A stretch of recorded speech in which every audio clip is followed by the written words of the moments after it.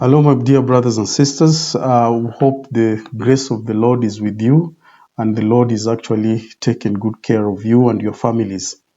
And I want to thank Him also for His grace and His kindness and the love that He has constantly continued to show us throughout our lives. And I thank Him for my family and especially for my children and for my wife. He has been so gracious and He has been very, very loving that He has also continued to provide for us the things that we so require as we strive forth even to live this righteous principle. Now, today I have an experience that I wanted to share with you, and this is actually a lesson taught to me from the Spirit. And at the beginning of this month, I had an opportunity. I actually decided to travel back to the village where I was actually born. And when I went there, I traveled. It was around. That was around towards the end of October. That was on 30th of October. So when I traveled there, because it has been long ever since we lost our father, and my mom has always been actually at the village alone, and she's been actually being helped by some people, some of the relatives who come to stay with her, and at least to give her company and all that. So I decided just to travel there, even though we've been talking to her. I've been talking to her through on phone and all that. But this time round, something came into me and told me, hey, look here, you need to travel and see your mom. So I traveled back home. And when I went there, it was so amazing because I looked at, went there, first of all, I saw my mom, and when she saw me, she was very, very happy that his son has actually come back. And she was very happy. All of a sudden, she got strength, and people were like, she's never like this. She's never like this. But today we are happy to see her very jovial because she's seen you around. And as I was there talking to her, she was actually sharing some of the things that she's been actually going through. She was sharing some of the things that she was facing and the things that she was going through. And of course, with the harsh economical conditions and at times food is very hard to come by, she was telling me that the village is very challenging because in terms of purchasing power, they are not empowered enough, to have, money so that they can be able to purchase necessary foods that they so require. And then at the same time, also she said she was very, very surprised that the prices of things, how they are really skyrocketing. At like 2 kgs of 2 kgs of maize. That is, we call it here at home gorogoro. They call them at gorogoro. When you hear gorogoro, it's just 2 kgs of, of maize.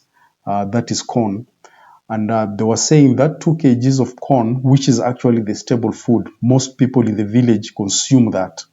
And because out of that, it's where now you make ugali. And for Kenyans, for those who've been in Kenya, and even for us who are in Kenya, ugali is the staple food. Okay, ugali is the staple food. So people like eating ugali and vegetables because it is one of the foods that can keep you, full. First of all, you can be full almost the whole day and even up to the next day. You will not need food every now and then. And then at the same time, it is so energetic that you get a lot of energy when you eat ugali. You become more energetic and you can do your work without even, asking for, foods and all that stuff, or eating every now and then. Because once you eat ugali, that's good. It's like you've taken stones in your stomach, so your stomach will not actually, bother you. You will not be bothered of hunger and all that. So that is actually the one of the most common staple foods that Kenyans actually consume, especially those who come from the western part of Kenya. Okay, so that is the staple food, and that is what my mom was telling me, that the price of unga is gone up and we can no longer actually afford to buy maize anymore. And nowadays, if you buy maize or people see you eating ugali in your house, it's like you are related. They think, you have, they think you are rich, you have money. They will think you have money, and that is very, very challenging. Now, as I listened to her, indeed, I decided just to walk around, just visit a few members around my village area. And I decided to visit one of my uncles who was just next. One of my uncles, even though he's very old right now, he cannot even see. He just sits in the wheelchair, and at times he's taken out for sunshine, and then after he's enough with sunshine, then he's supposed to be taken back in. He's a very old, very, very old person. So I visited with him, greeted him, and talked to him. He could not actually see me, but he could hear my voice. And he was speaking about life the way it is, and how life he hears and how he feels. He hears people say, people talk about things are. And he used to tell me that during their days, things to do with food was something that we could not even think of. Okay, we could not even think of, because there was plenty of food. It was plenty, and the culture was that people used to help each other. Okay, you could not actually sleep hungry when your neighbors have, and in fact, your neighbors will always, find out how you are, and if they realize that you don't have anything, and in their realization is not necessarily for them to be told or for you to go and tell them, look here, I don't have this. They will just discern. Okay, they will just discern. They will look at the kids, they will see how kids are really crying. They will look at the situation, how gloomy your faces are, and then right there and then they will know these people don't have food in their homes. They need to be assisted, and they will go carry a few bags from their granary and send it to you so that you can be cautioned and to keep you moving until the next actually harvesting season.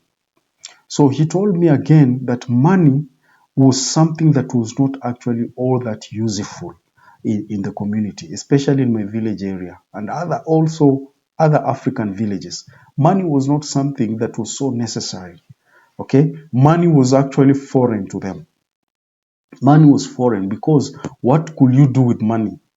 And one of the experiences, he told me that at one time when he was working in Nairobi. That was long, long, long time ago. He was working in one of the parastatals called the Kenya Railways Authority. So he used to work there as one of the engineers, and he will come home at one time, and he remembered that he came home at the village, and he gave his mother, that was now my grandmother, he gave his mother 500 shillings. And by then, 500 shillings was a lot, It's like somebody was giving you over 500,000 Kenya shillings today. During those days, 500 shillings was a lot. And he was very excited because he had been given his money, and he has been saving for quite some time. So he says he remembered coming home and he gave his mother 500 shillings. And his mother looked at it and he asked him, "What is this?" And he told her, "This is money. This is what people use to buy other things." And my grandmother looked at it and is like, "Why do I need it? Okay, I don't have any use of it." So what happened? She went and kept it somewhere, whereby at the end of it all, she ended up forgetting about it. And my uncle says that when he came back at one time, that is long gone after my grandmother had passed. So when they were looking at her things, and that is when now they ended up finding the 500 shillings that he had given some years back. That 500 shillings was still there because my grandmother didn't have any use of it.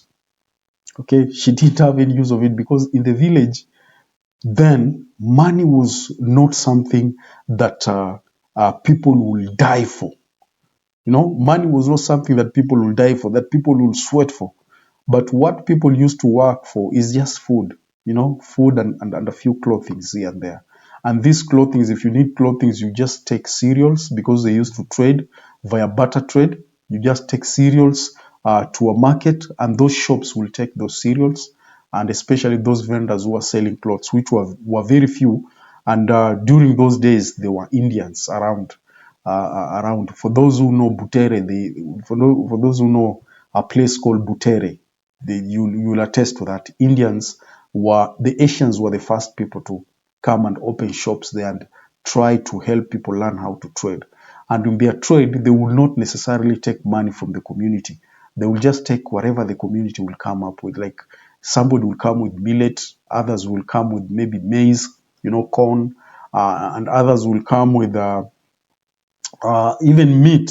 Somebody will bring a goat, a live goat, and you'll be like, I need some sheets, I need some beddings, and then they will give those goats to the Asian people, and the Asian will take those goats and trade with them, and that is how they used to trade. Money was not. So as I was conversing with this uncle of mine, he told me, look here, I'm afraid of you. I'm afraid of the generations, of these generations. I'm afraid of the kind of things that now you people go through. And he says that the challenges he sees and he hears a lot of people go through because money has taken control of everything, almost everything, everything. And I was shocked. Like at one time, I was shocked that he told me that right now, even you cannot just go into anybody's land and ask them to help you, trees, because you want to construct a house. During those days, when you will want to construct a house, what happens is that the community will be very supportive, and you will find one community, one brother will give you maybe 20 trees, another one will offer to give you 30 trees, another one will offer to give you, maybe if it is grass, they will offer to give you, because during those days they used to construct houses using grass thatched. The grass they used to, because there were no iron sheets, and anyone who will construct a house in the village with the iron sheets, he was seen to be very exotic and very rich, and people will want to gather and see how are these metals, how are these metals well arranged on top of your roof, because it was something very exotic. Because a lot of people outside at the village used to construct using the grass thatched houses. And he will say those grass thatched houses, there were people who were specialized in them, in doing them, and they will just come and help you for free, as long as you just tell them that you are planning to construct a house, and they will be like, when are you doing it? We will be happy to come and assist you. And they will assist you without money, without money. They will not charge you anything. What maybe you will appreciate them is just to cook for them. You cook for them, as long as they've worked, they eat, and after eating whatever you've cooked, and then from there they will call it a day, and then they will congratulate you for deciding to build a house. Those were the lives in the village, and we shared a lot. I shared a lot with him, and he said that the only thing, and this has actually touched me, and he said the only thing that can keep people safe, okay, in this generation, it is just one: holding on to the gospel of Jesus Christ, knowing exactly who Christ is, and knowing exactly who the Lord is, and be committed in serving him. Because the values that people used to have, they are diminished. And those values are only left in the church. And for people to be safe, that is the only place they can run to be in the church, to hold on to the principles that Christ taught, and as a community, that is, as church members, we can live as a community of saints, and a community that reveres the principles of Christ in our lives. And this is an old man this is an old man who had stayed long, and he knows nothing about the church, even though they were baptized and raised in a strong Catholic faith, because my grandmother was a Catholic. So my father was also Catholic, and my uncles also were Catholics, even though some of their children also, like us, went to other faiths. But that is actually what he told me. And he said that if you were holding on to the church, make sure your children also hold on to that, to the church, because that is the only safest place you can ever have for your family and for your children. But from what we are seeing outside, he says it is actually filthy, because the traditions that people used to adore, and the cultures and customs and the respect that the younger ones used to have for their elders, it is actually no longer there. It is actually no longer there. Nowadays, it is who has the money, because money now says who has the money, irrespective of who you are in the society. But people can only listen to you if only you have money. And that is what I heard from him, and and and and I looked at it and I was like, for sure the village is actually changing. Our villages are actually changing. Everything is becoming now, urbanized. So everything you think, everything you need from a village, it is money. From sugar, from what? From it's money. Everything, including even the kerosene that you use to light your lamp in your house, it's money. So the village has become now monetized, and now commerce has become huge, a huge thing in the village. They become a very huge thing in the village. And that is why, if anyone knows that they have parents in the village, okay, and the Lord has blessed you, that you are earning something small in the city, please don't forget your parents at home. Don't forget your parents at home. There is this tendency of people coming to the city, and once they get jobs, they even marry from the city. And maybe once they marry, maybe ladies from other tribes and all that, which is actually understandable, which is not bad. It is good. But remember one thing is that you, wherever you are, even if you are in the city, you've gotten married to your wife from the city, which is good, very wonderful. But one of the greatest counsel I can give to the young men and young women, please do not forget your parents in the village. Don't forget them, because what these old men and women go through, you may not actually realize. You may not understand until you pay a visit, you go see them, and build this habit of visiting your parents every now and then.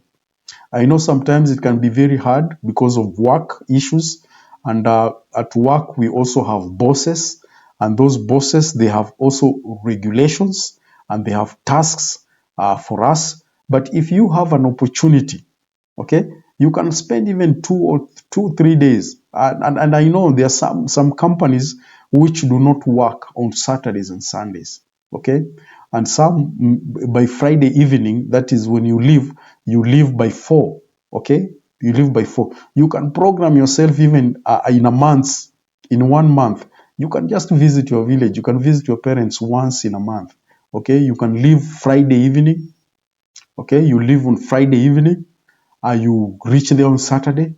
That whole Saturday you can spend with them, and then a few day, maybe on a Sabbath day, that Sabbath you can go to church where you are, and then you can spend with them. Then at night, Sunday night, you can travel back, because right now we are blessed with very good infrastructure, especially in the village. And I would like to say specifically for Kenya, the devolution concept has brought a lot of change, and that is why you can see even down in the village, you can see very nice, good tarmac roads, things that we could not even think of some years back. But that is a plus. Okay, that is a plus, as much as we are saying the village is being urbanized, but we can see also the fruits of devolution of what exactly is happening. And as young men, specifically, I would like to speak to young men. Okay, please make sure you visit your parents at home. Don't leave those parents just like that. Okay, and it is very sad, because with them being old, they have no one to actually support them, and what they are depending on is just land. And at times the land is not doing very well, because now our soil, because of so much chemicals that we've been using, in terms of fertilizers. The soils are being actually eroded. They do not have the necessary nutrients. So you'll find at times even the yield, the harvest is not actually all that good as it used to some years back. So those old parents are really, really going through serious challenges. And at times, if they don't have anyone to stay with, it will be very difficult for them. And that's why if you are a young man and you are capable, maybe you are living in a good house, okay, in the city, okay, you have a room or a servant quarter where you know you can accommodate one of your elderly parents. Please, why don't you do so? Okay, why don't you do that? Okay, I think we need to learn from the Asians. Asians, wherever they are, they take good care of their parents. Okay, they take good care of the parents. Because at times, some of us, when we get jobs in the city, we tend to forget our parents, and that is not proper. That is not proper. We do not even know how those parents are actually living, places they sleep in. It's very, very, very, very, saddening. In places they sleep, we don't know how the condition of the houses they live in. Some of them, even the rains fall on them. The rains are actually fall on them. When it is another rainy season, you'll find this old man or this old mama is very, very, he's worried. And at times they will say, please call my son. Call my son, I want to talk to him. Or call my daughter, I want to talk to her. And at times in the city, we are so busy that even when your parents call you, you cannot even, take a phone. But if a customer calls you, you are so quickly to pick a phone. In fact, you are the one following up with them, which is very sad. Which is very sad. You need to talk to your parents. You should not actually begin a day. Don't ever begin a day without picking a phone call and call your parents. Find out how they've slept. Find out how they are, okay? How they are doing. Find out if they really have something to eat. Find out before the day begins. That morning, before it begins, find out from them how things are before you begin your day. Because once you do that, it is also a blessing to you. Because once they have a clean conscience, even what you are doing in the city, it will actually be blessed of the Lord. Because remember, the Lord is saying, okay, that respect your parents here on earth so that your days may be longer here on earth. Respect them. And one way of respecting them is just to take good care of them. One way of respecting them is to take good care of them. Remember the job that you are doing in the city, they are the ones who actually toiled to ensure you go to school. They are the ones who made sure you had uniforms, you were well taken care of for you to go to school. In fact, they paid for your school fees. Yeah? They paid for your school fees. But now that you feel you're where you are, and you say like it is out of your sweat that you made it that far. It is not out of your sweat. Somebody gave you a foundation. Somebody gave you a foundation. Even if they gave you a foundation up to Form 4, that is a foundation they laid for you. You could not have done it on your own. Somebody did it for you. If they did a foundation up to class 8, and maybe you in the course of class 8 you got a sponsor, and a sponsor took you to Form 4, and from 4 you got a sponsor or maybe a scholarship or government scholarship, and you are taken up to university. One thing you should know, they actually gave you a foundation. And even if they never took you to primary school, they gave you a foundation. At least they nurtured you, they raised you, they gave birth to you, they raised you. Okay? And once they raised you, that is when now somebody noticed you and took care of you. Take care of your parents. It is very, very saddening. I went there, and as I was talking to my uncle taught me a lot of things. And he's an aged person. He's about 85 years old now. He's 85 years old now. And I pray that the Lord will give him more years, so that I may constantly continue to get those counsel from him. Because ever since my dad actually passed, as a man, you feel like that link is cut off. You have no one to talk to. And as an uncle, he has been actually there for me, especially because every time I'll go home, and every time I'll call, when I talk to him, I feel like I'm talking to my own dad, and I feel that connection with him. There are so many things I get to hear from him, which are very, very building, especially for a man and for a young man. Okay, you need to be very close to your parents too. Okay, there are children nowadays who think they know a lot, and the only teacher they can have is internet. The only teacher they can have is internet. That is not proper, and that is what even the prophets in the Church of Jesus Christ of Latter-day Saints have always counseled, that we need to respect our parents, we need to listen to our parents, and when they are aged and we are capable of taking good care of them, please make sure you do so. Take care of your parents. If they don't have a house, ensure you build a structure for them. Ensure you build a structure for them. And one thing I ended up realizing is that these elderly parents, they don't need so much. They don't need a lot. Even if you give them 100 shillings, they will really appreciate. And their diet is not all that complicated. As long as they've had something in their stomach, they will be okay. They will be okay. They don't need a lot. They only need something simple, and more so, they will need company. They will need people to talk to. That's where they can share their memories to you. And then when they share their memories, at times they smile, they will think of something, and they will smile and laugh in their old age. It has struck in them, and that one gives them a reason to live. That one gives them a reason to live longer. Don't neglect your parents, my dear brothers and sisters. So I talked with my uncle, and after actually finishing up talking to him, I went back to our home compound. And I looked at our home compound. I looked at the house compound, because I remember during those days when my parents, both parents were there, especially when my dad was there. During this time when I would visit, my dad will ensure that at least I get a chicken, at least I get a chicken, and at least we eat a chicken. A chicken will be slaughtered in the house. And at times when we have these family gatherings, he will actually slaughter a sheep or a goat for us, for his children. And we will sit around the fire, and we will talk and discuss a lot of things. Some of us will discuss the challenges. We'll give him, tell him the challenges we are facing, and he will tell us life is like that. Challenges are always there in life, and what you only need to do is to focus and focus and focus, and also understand what maybe you are required to do. So as I sat in one, I took a chair from one of my father's house, because the house is still there, and the seats are still well arranged, and I could see even the seat at which where my father used to sit. It is still there, well taken care of. It is still in the right position, that if he was alive today, that is the same place he will sit.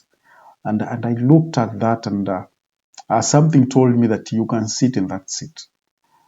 And I looked at that, and I was like, no, I can't. The reason being is that however much I may feel that I'm fully grown up now, still I will not fit in my father's shoes. I will not, because they are bigger than me. They are actually bigger. We cannot never ever fit in our parents' shoes. We can never. And at times I always look at some kids, especially our young men nowadays. They will want actually to exchange words with their parents. When a parent tells you something, you are not humble enough. You will want actually to, exchange. He speaks and you speak back. He speaks and you speak back. Actually, traditionally in an African setup, that one is uncalled for. At times when your uncles will realize that is what you do, I'm telling you, you will get some serious punishments. And some of the punishments, you will never like it. And especially if your parent goes to your uncles or to the community and tells them, this is what my son is doing to me. I'm telling you, you will be even expelled from the community. They will even expel you from the community. And I remember my uncle used to tell me that such characters, they will never even be allowed to be around communities. They will never. And the biggest thing that people used to fear is that for your father to stand and disown you. Because when your father disowns you, that one is actually a curse. It is a curse because it means you are expelled from the community. And secondly, they've cut off the link, your bloodline, from that community. And there are also other ordinances they used to do to ensure that that bloodline is fully cut off, that you will never be part and parcel of that community anymore. That was very dangerous. And that is why most people will respect their parents, because if such a thing happens, you will have no future, you will have no life, because there are curses that will follow you. But today, it's easy. Children just, answer their parents anyhowly. They will talk to them anyhowly. They will speak anyhowly with their parents, which is very saddening. They do not actually respect their own parents because they think they are millennials, they are dot-coms, they are technologically equipped. But while in actual sense, they are actually harboring actually curses upon themselves. And that's why some of these children, some of them in their life, after they've long gone, even married and gotten jobs, you find that their lives are not auguring well because of the curse they heaped upon themselves in actually exchanging their words to their parents.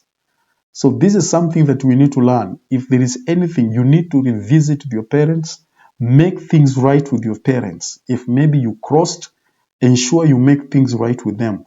They should not cross the veil before you make peace with them. Don't just assume things. Okay? Make sure you do that. And ensure also when they are alive, make sure you visit with them, support them, talk to them, look at the status of their lives, the house they are living in. Okay? At times you can send your child, because I know there are cultures whereby you may not be allowed to enter your father's bedroom or your mother's bedroom just to see what she's using. That is African culture. But you can send your son because their grandchildren are allowed to go in. Okay? You can send your grandchildren, their grandchildren, that is your children. Go check the status of of of of of of where your parents are really sleeping. And then if they don't have a mattress, they don't have a blanket, they don't have what? Maybe some of them, it is sad. My uncle told me that there is one of his colleagues that died out of pneumonia. He is being told that because the conditions of places that he used to live were very, very pathetic. This man didn't even have a blanket. He used to cover himself with polythene, nylon bags, because the house was so leaking. And because the house was leaking, the only way he could keep himself dry throughout the night was to cover himself with a nylon or a polythene bag. And this is somebody's parent.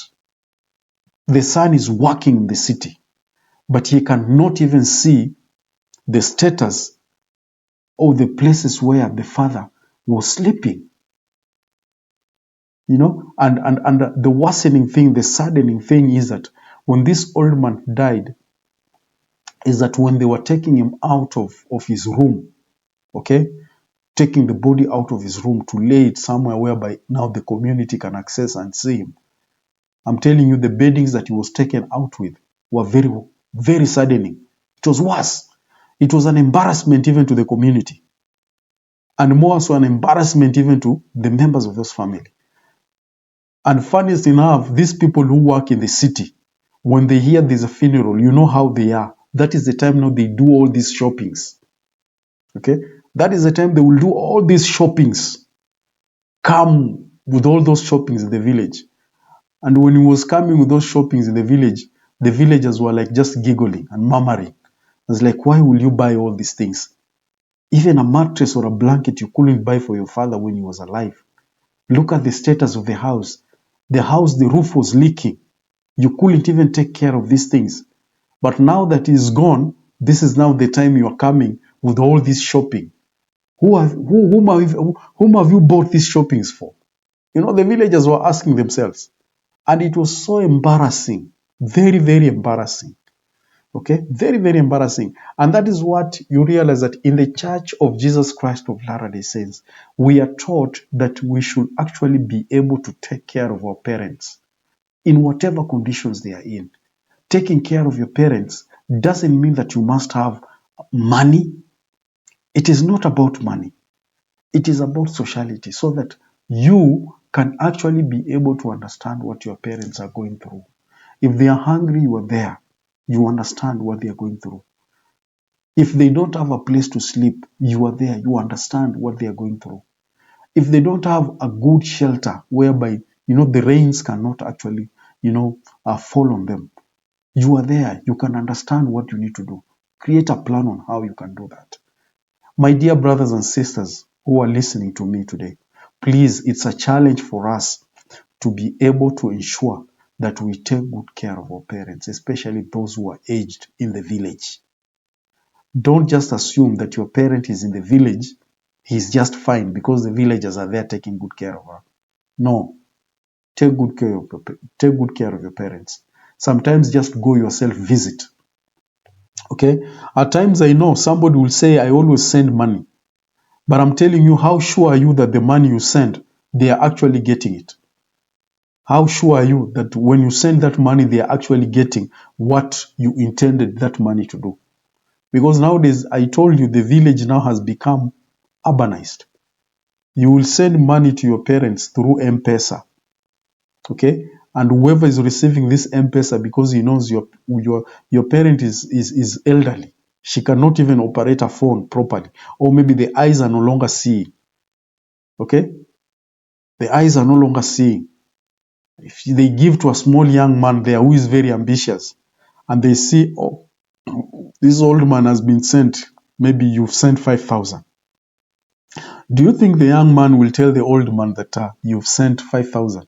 Unless he's a very honest young man who is willing to be blessed. Okay? So these are some of the challenges. So when you do something, ensure that you visit home. Look at the status. And when people know that you do visit, they will respect. So that when you give instructions, they will know that at the end of it all, this guy will come and he will actually be able to clarify what he has been sending and if the parent has been receiving what he has been sending. So be very careful, my dear brothers and sisters. At times, our parents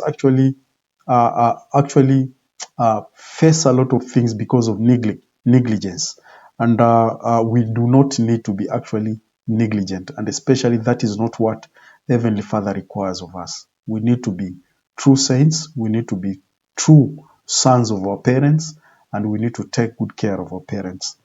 And I know if we do that, the Lord will really bless us. The Lord will actually shower us with His grace. And what our parents also will speak, when they speak something, okay, those words will always follow us because it's a blessing to us. Don't let your father or your mother actually murmur in her own room.